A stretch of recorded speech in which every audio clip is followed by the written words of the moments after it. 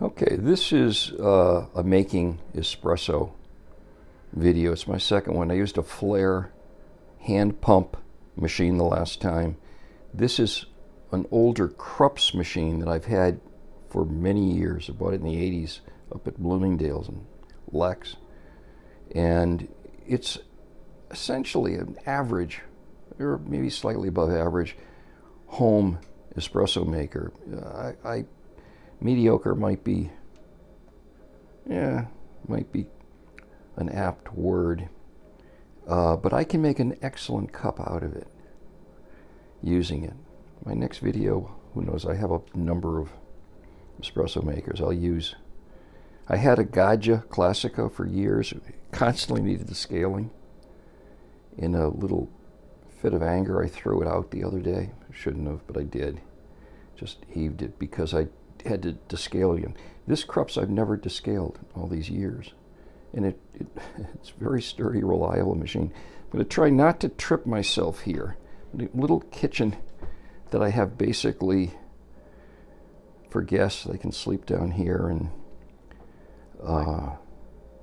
if they want to come out and make quick breakfast for themselves without going upstairs if I'm sleeping, that's why I have it. But the problem is it's very narrow. It's like a Pullman kitchen, and I'm going to try not to trip.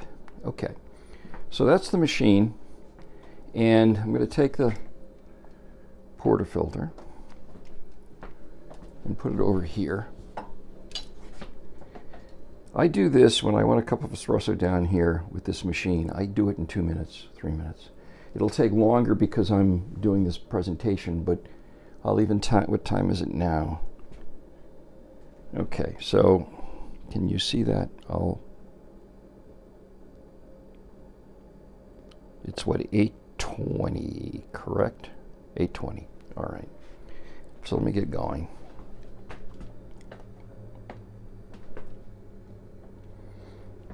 Okay, so what I do is this. These are the beans that I use.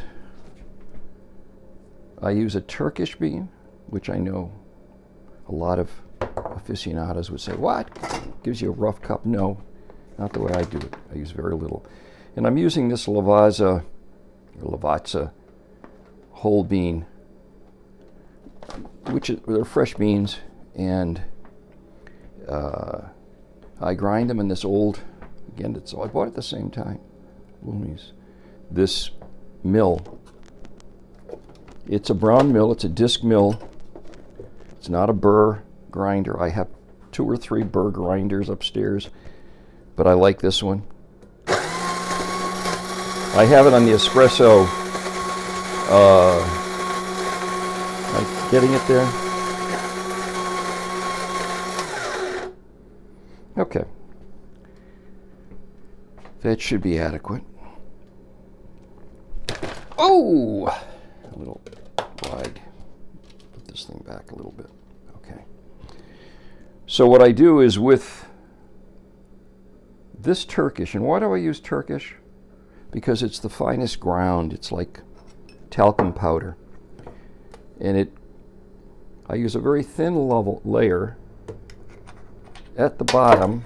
See, this is such an amateur.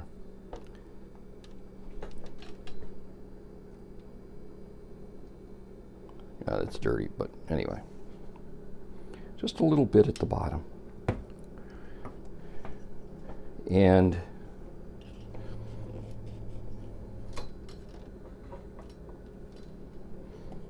lightly press it down.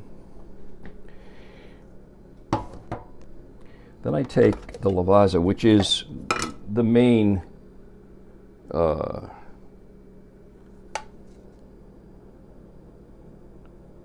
coffee bean that's being used here, coffee.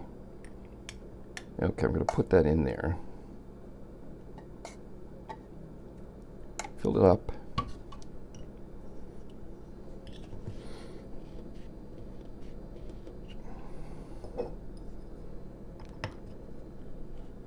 And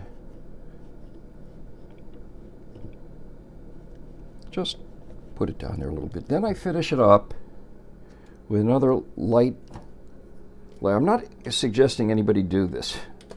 Follow the instructions of your manufacturer, of your coffee machines, your espresso machine manufacturer.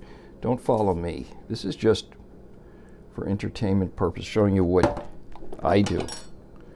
I am not qualified to instruct anybody on how to make coffee with their machines that I don't know anything about. So I'm just showing you this for what it's worth. If you've got nothing to do, you'll watch this video. Might be a sad commentary on your life if you truly go through all this. Sadder on mine making it. Okay, so like that. And I then put this in the machine.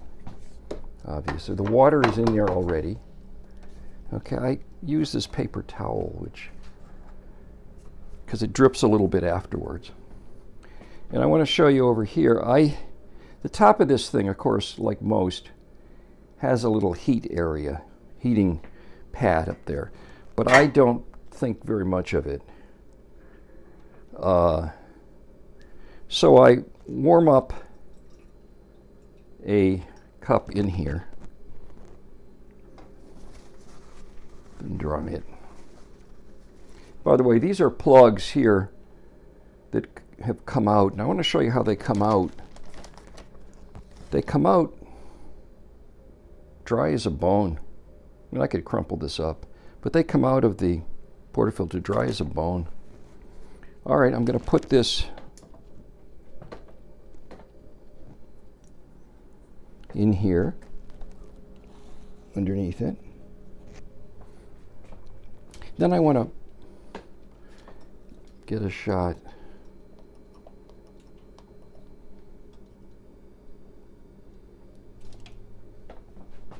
of it coming out.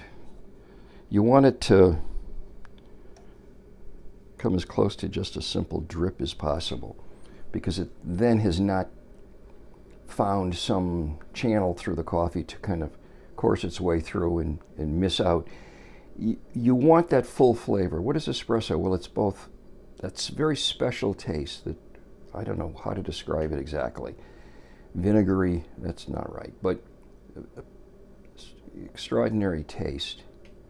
And the effect being that it instantly touches something in the center of your brain. It just reaches in, just a finger, like a Nosferatu finger reaches in and touches something.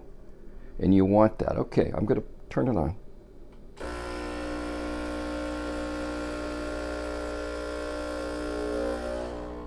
This is,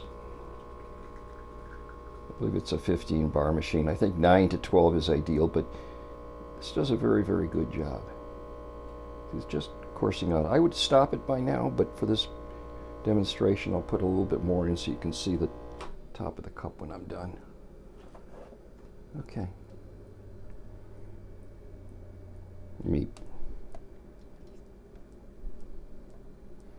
Hold on, let me reduce this.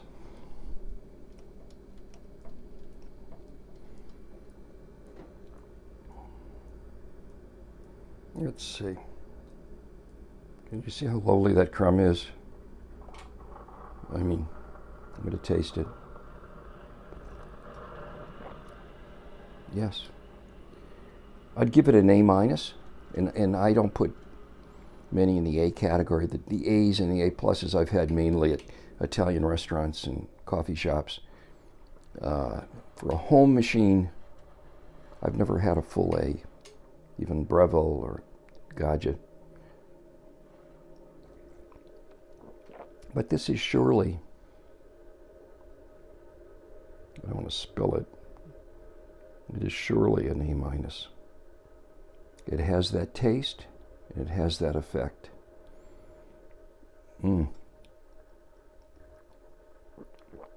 Very, very good. Now, I would have done this, what's the time here?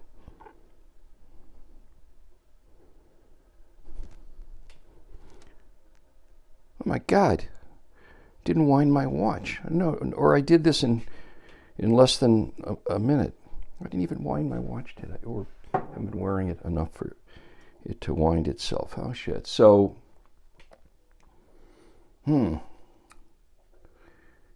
I don't know. Figure that took probably 10 minutes, something like that. Normally, it's 2 to 3 minutes. Okay. Bye-bye.